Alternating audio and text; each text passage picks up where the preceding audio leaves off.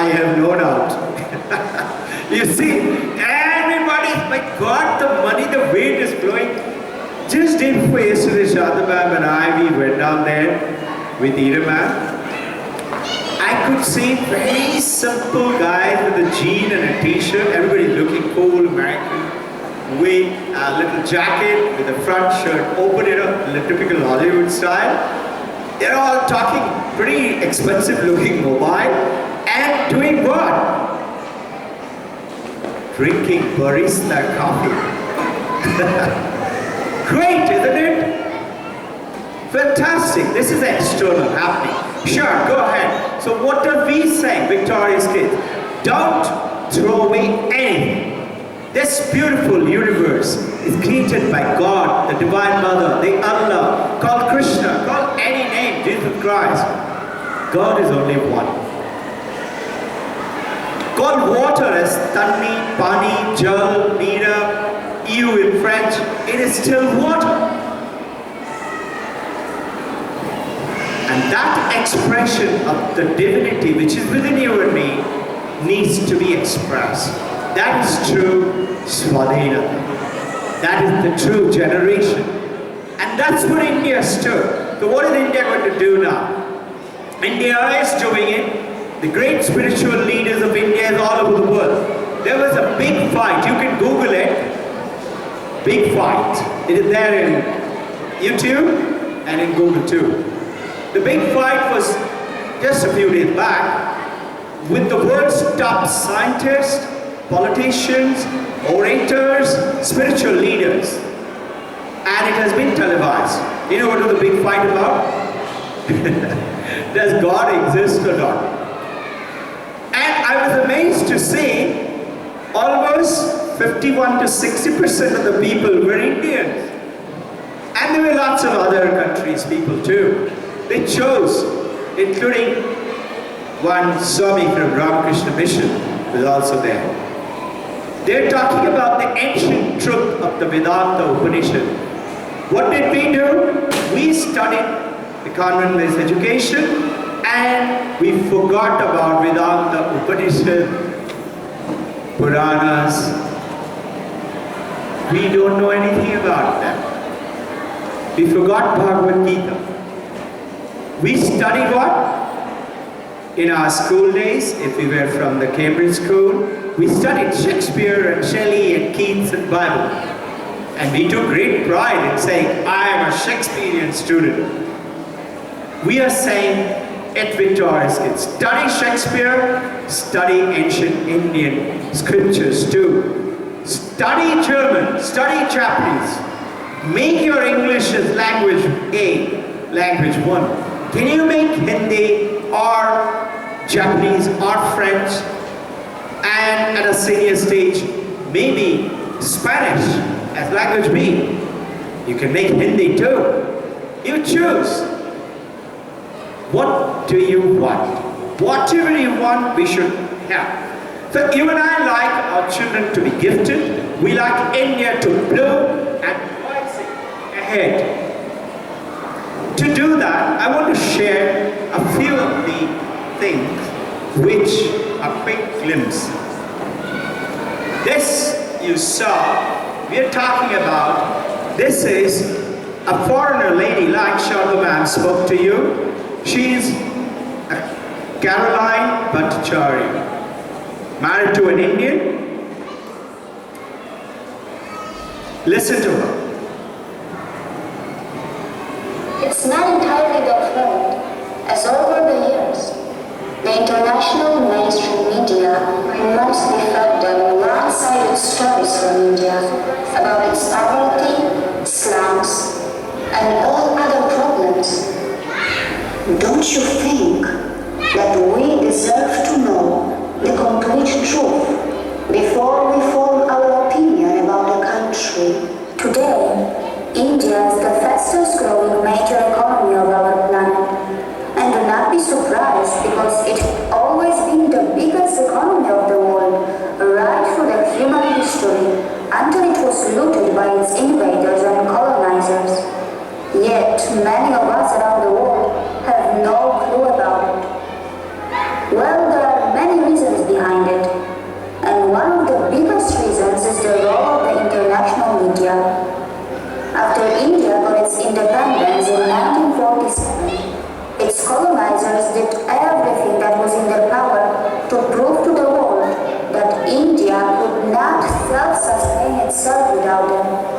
They wanted to prove to the world that they were in India for a good reason. The looters wanted the world to falsely believe that they were the saviors of India. Pushing India into a civil war right after the independence was just the beginning, because the next steps that were going to be taken were no less dangerous. And those steps were to control the global news and form the incorrect opinion of the world's citizens and also their own people about India, and to achieve a fake goodwill in order to justify their unethical stay in India. This India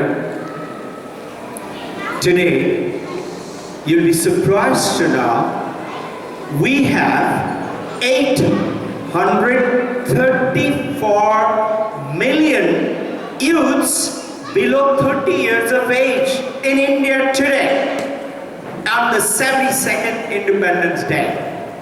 We have more than 555 million students below 20 years of age. So yours and my kids are part of that.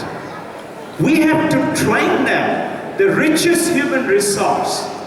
As per Bill Gates, I put it in our website. By 2020, China will lead the world economy with India just behind. And by 2028, as per Bill Gates, his team's research work by the foundation, Gates Foundation, he said India will go past the world economy, be number one, and never to slide back again. The number that the government has planned for the GDP, it's amazing. We are going to be the largest power producer in the world. We are already today the largest windmill power, number 2 in the world power. So, most of us when we come from abroad, we love that cleanliness and a good cafe and a beautiful scenery. It's beautiful, very nice, I love being there. But the moment we come in and we come to Mumbai or Delhi airport and we see the slums, most of us tend to squeeze our nose. Hey, apparently, yes, it needs cleaning up. Who's to do it? You and I need to do it, but listen, don't forget the wealth behind that. There is a wealth behind that so-called filth. And India is not covering it up. Around the airport, nobody is allowed to stay and put them into slums, in faraway places, and let them suffer. India is not hiding it. Watch. India is just too complicated to be properly understood. Not all of them have their eyes and minds to understand the complex economics which start from the slums of India. The slums, which on the other hand are also a hub of low-cost entrepreneurship. They completely fail to understand how on the sidelines a giant informal economy of India also functions parallel to its formal economy. But there are a few more reasons that exist. We must remember that India is a vibrant democracy where people enjoy the maximum freedom, unlike the communist countries, and also the level of freedom that citizens of India enjoy is far better than any other Western democracy that I know. India's media is enjoying the maximum freedom by its government that is second to none.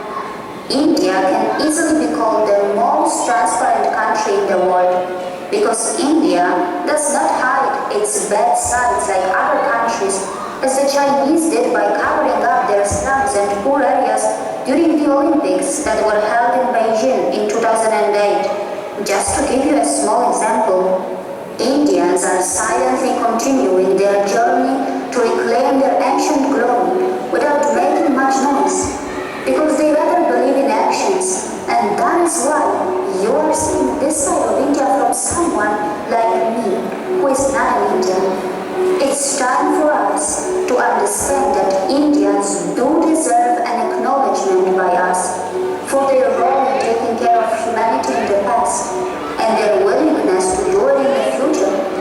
And this is why I have arrived in front of you, having had enough of the biased news circulating about India around the world. And I will be showing all sides of India to you. From the perspective of an outsider who is living in India, I will reintroduce India to all of you. From the best of my ability, I will be showing you the true India that you all deserve to know. It's time to accept that it is the fault of the world's media if you are getting to know from me that India has successfully launched a space mission to the Mars. It is the fault of the media of your country if you are getting to know from me that Indian companies are major employers of the citizens of the UK. It is the fault of the media of your country if they did not tell you about the modern mega infrastructure that India has already built and it is continuing even further. It is the vested interest of your country's media if they did not tell you that India is the software capital of the world. It is biased reporting of your country's media if they gave the maximum coverage to India's slums and poverty. It is because the state-run media of your country is afraid to tell you that in how many fields India is already ahead of the rest of the world, even after all those invasions and loot that it suffered from its colonizers and invaders. It is the fault of your country's media if they fail to give enough coverage to this kind of India, which you are seeing right now in this documentary. And most importantly, the development that India is witnessing is not limited to its one state or a city. It is all over the country, changing the landscapes and lifestyle of its metropolises, towns, and villages. But India's rise is not a threat to any country or to the environment, as India still has a very low carbon footprint. So is the gentle and responsible behavior of India that nobody in the world has sleepless nights or fear of India's nuclear weapons. And people of the world must realize that we need India to rise, because we all can benefit from its economy and also from its ancient wisdom. This discovering the power, the strength from within, and express it through the external means of the material. And most of us are racing for matter. Matter is what? Anything that occupies space. So, money, house, car, body, pleasure, food, clothes occupy space. And we are racing for that. But where did it come from? It came from the Western influence. And have you noticed most of us have received that message and have been brainwashed in the colonialism. Today, we are not looking within, we are looking without. So what's the difference between the East and the West? The East is within and allows the expression of within through the without. The West is primarily without, the outwards, and sure, there is great wealth from within too coming up, but not as much as the one in India. What is India talking about? You and I listening, watching, saw the show. Who's doing it? You say, I. Who's I? Robin Ghosh. I'm a man, father, whatever it is. Is it so? We say, what if Robin Ghosh was unconscious? Can he hear, can he see all this? What if it was deep sleepy? You know, you and I used to sleep in the classroom. Can you hear the teacher? No. What if I was in coma? Could you hear all that? No. So what heard is everything else leaving, that is the senses, which is making connection through the neurons to the synapses, making connections, going to the brain. And in turn, it is feeding the mind to make up our mind. but mind is guided by the consciousness which is infinite called Sat Chit Anand. Sat is existence. Chit is the consciousness. And when you get connected to consciousness, you are Buddha. Buddha means the one who knows. What? Ever blissful. Sat, Chit, consciousness, Ananda. And that's what India is leading today, the rest of the world. Towards one humanity, one huge global village. No discrimination. No discrimination in hiding our facts or whatever it is with the people. Just watch. This is a fantastic book. 2007 onward this book has been presented at the Harvard. You and I don't know about it. And you and I are really proud to be in India or to be born in as an Indian. Take off. This was created only by the youth of India. Children had done that.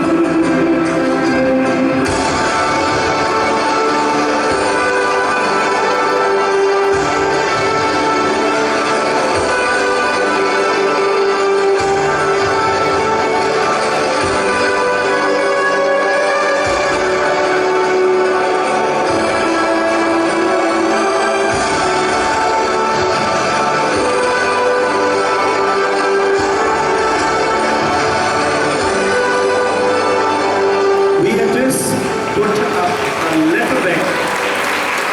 A tiny bit. This is hugely edited to not to spend too much time, but to give you a little thought. So tell me, have you noticed we are still not happy? Why? Well, everything is so good and so great. Why are we not happy? Because we are searching for the happiness like the rest of the world out there. A perfect marriage out in the other person. If you love me, then I love you. You sacrifice your life, then I will sacrifice. Vedanta says, if you want something, first give it. You want happiness, make everybody happy. That's India. That's Swadhenata. That's the freedom from the oppression. You want the people to love you, give them love. The way the happiness, why are we not happy? Because we are selfishly waiting to grab. What's in it for me? You remember the famous WIIFM? What's in it for me? We are only looking at it that. We studied in the school, we learned to write. How many adults do you know today who loves to write? We learn to read in the school, we know how to read. Most adults you know. How many do you know can't sleep without reading? We want to read. We want to watch TV and go to sleep. And we love seeing and reading and thinking about great masters of India, but we don't want to sit still and meditate. Why? Rather watch TV. You know why? Because when you sit down and meditate, something happens. All the garbage, those hill garbage from coming to Ganga, starts to come to your Ganga. Your Ganga is also within us. Our garbage is also within us. The Mahisasur of Durga Mata is within us. Also all the four Devta Devis and the animal king, the lion, who Durga Mata is riding is also within us. We have to take away that evil oppression and become pure by getting connected to that bliss. So what does India say? India say, when I close my eyes, I feel peace within. When I open my eyes, I say, what can I do for you? We are born on this earth, as per the ancient Hindu Vedanta, is not for ourselves. It's for the people in front of me. I've been placed in my family as a son, as a husband, as a father, as a daughter. I have to play my role.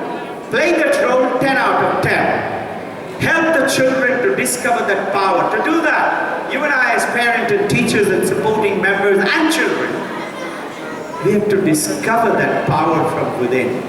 Be the example, be the environment. As children, as parents, as teachers.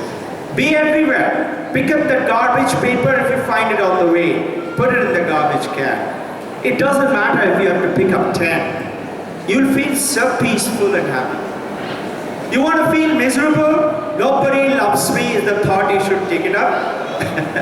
And just sit and think. Nobody cares for me. Nobody is appreciating me. Just see how terrible you feel. You feel like committing suicide. You want to feel good? Go to the neighbor's house and say, I made this biryani or the pav bhaji and the bread. Would you like to take one? I made it for you. So what happens? You suddenly feel so happy. Why? Because you did it for the others. Everybody's coming in front of you like that. They want something. It may be money. It may be your company.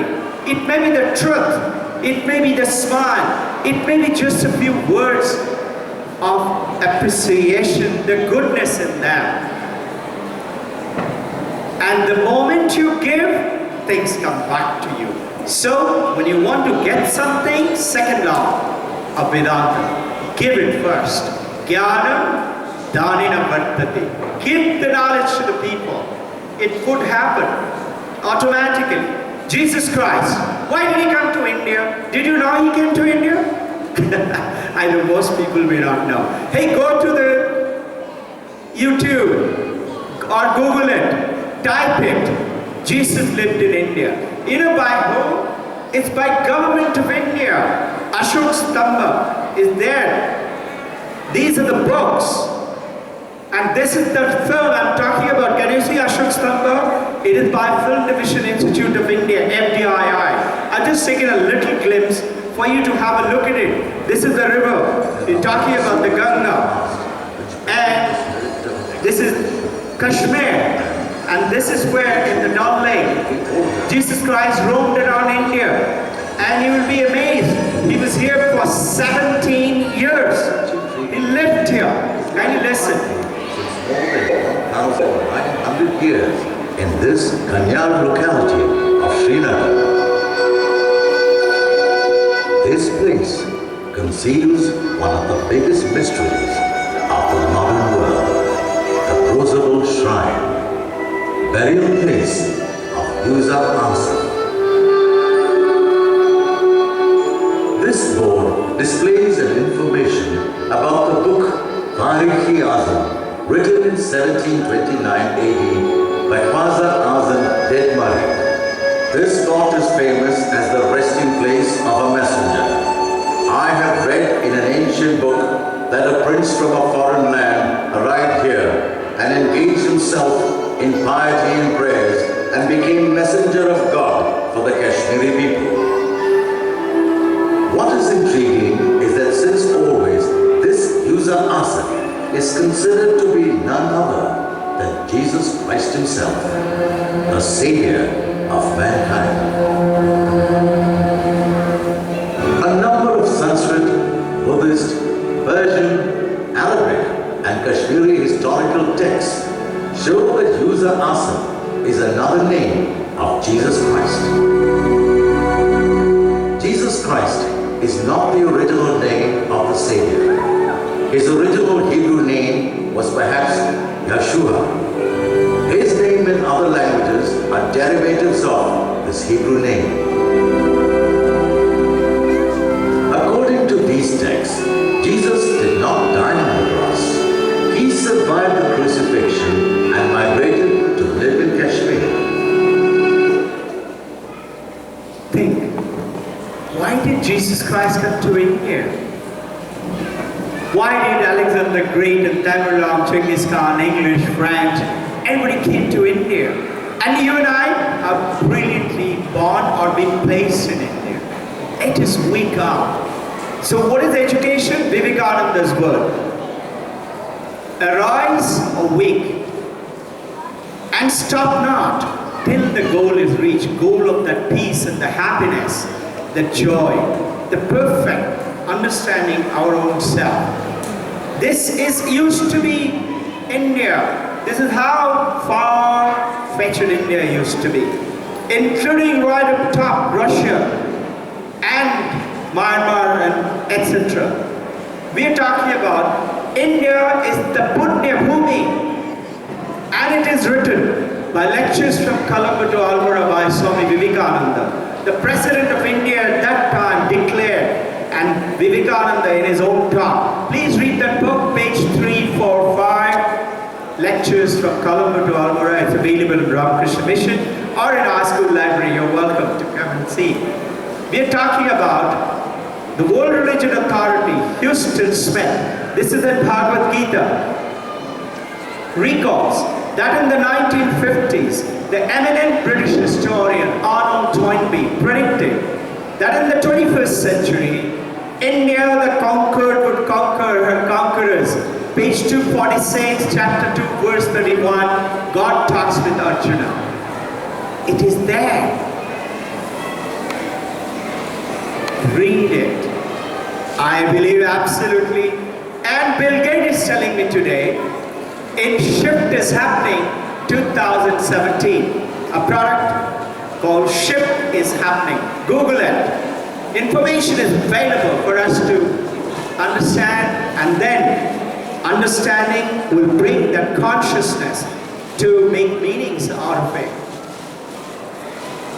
That 34-year-old Indian men and women are going to rule the world economy as per Bill Gates 2028. Question by Bill Gates to us. Is your child ready to face 2028? That's 10 years from today. That is schooling, that's parenting. We say discovering that power from within the child is schooling, is parenting. You and I missed it out. We were confused, we didn't know our work. We have a chance today to go ahead and discover self, that inner fire, inner power which is within. Don't miss it out. And at the end of life, when somebody say, where did I go wrong? Why is my brother, sister, neighbor is doing better than us? The world's leading power is where we are talking about going to be the guru again of the world. It's already is. Top spiritual leaders are there. So what do you and I have to do to get connected, to do this, to talk to the kids, or talk to those who are oppressed or suffering or sad? All we have to tell them to learn to sit still, be silent. To do that, it's not easy. You will feel something will bite your bottom, you will feel hard, you will switch on the AC, switch on the fan, open the window, can't sit still. But in front of TV we can. Why? Because the director is telling us what to do, when to smile, when to cry. In this, you're sitting alone. Why should we do that? And how do we lead on to it? Very simple. Start living from this moment. I shall not tell lies. Truth alone shall win. Buddha's words. Satyameva Jayate is from Mandakya Upanishad. Truth shall prevail. Truth shall win. Don't tell lies. 1, 2. Live with those purity of human excellence from within. And if you and I do that, how can our children not pick it up from us? They will. So what should we do? Understand with a very small simile. I leave the thoughts with you. Imagine an ocean. Everything else is matter. Anything that occupies space is matter. Remember? Explanation dictionary, explanation any science book. Then what about faith? What about mind? What about thoughts? They are also matter as per Vedanta, as per Western science. It is not. Vedanta says it is. Why? Because it occupies space. You say how? Have you realized your thoughts, your faiths are only yours? Nobody else has that faith, that thought, that belief, that inner understanding, your way. Even your daughters, sons don't have, your husband, wife, your parents don't have. So they also matter. So what is not matter is that consciousness which is the supreme. That entire universe is the consciousness. Imagine that is like an ocean, and in which you and I and the entire world and the entire animal and the plants and the non-living creatures, everything is in that like waves. We are like the wave. I am a Robin Bush wave, and I am traveling and having fun and dancing and enjoying. And my friends, little small, little bubble, little frog, bigger waves, and I'm looking at those bigger waves and think, oh, that Bill Gates, that Dhirubhai Ambani, I can never be like that. That is tsunami. My God, so big. It is not so. You and I have the potential to be anything. Tell the children that. Now I am going and my friend wave tells me, can you see that dark line in front? I said, yeah, what is that? He said, that's the shoreline. I said, what happens there? He said, when you reach there, you're going to die. I said, die? What is die? He said, you will not be a wave anymore. I said, really? What will I become? He said, you will become water. I said, what is water? My friend tells me, you are water. I said, what water? I don't believe you. Vedanta says, you and I are that consciousness. We say what? How can it be? I'm this muscle, I'm the bone, and this is my age, and this is my rank, and this is my name. Vedanta says now you are that consciousness. So my friend tells me you're that water. You have to put your hand, touch inside, touch on top, touch on the bottom, you're water. I say, I don't believe you.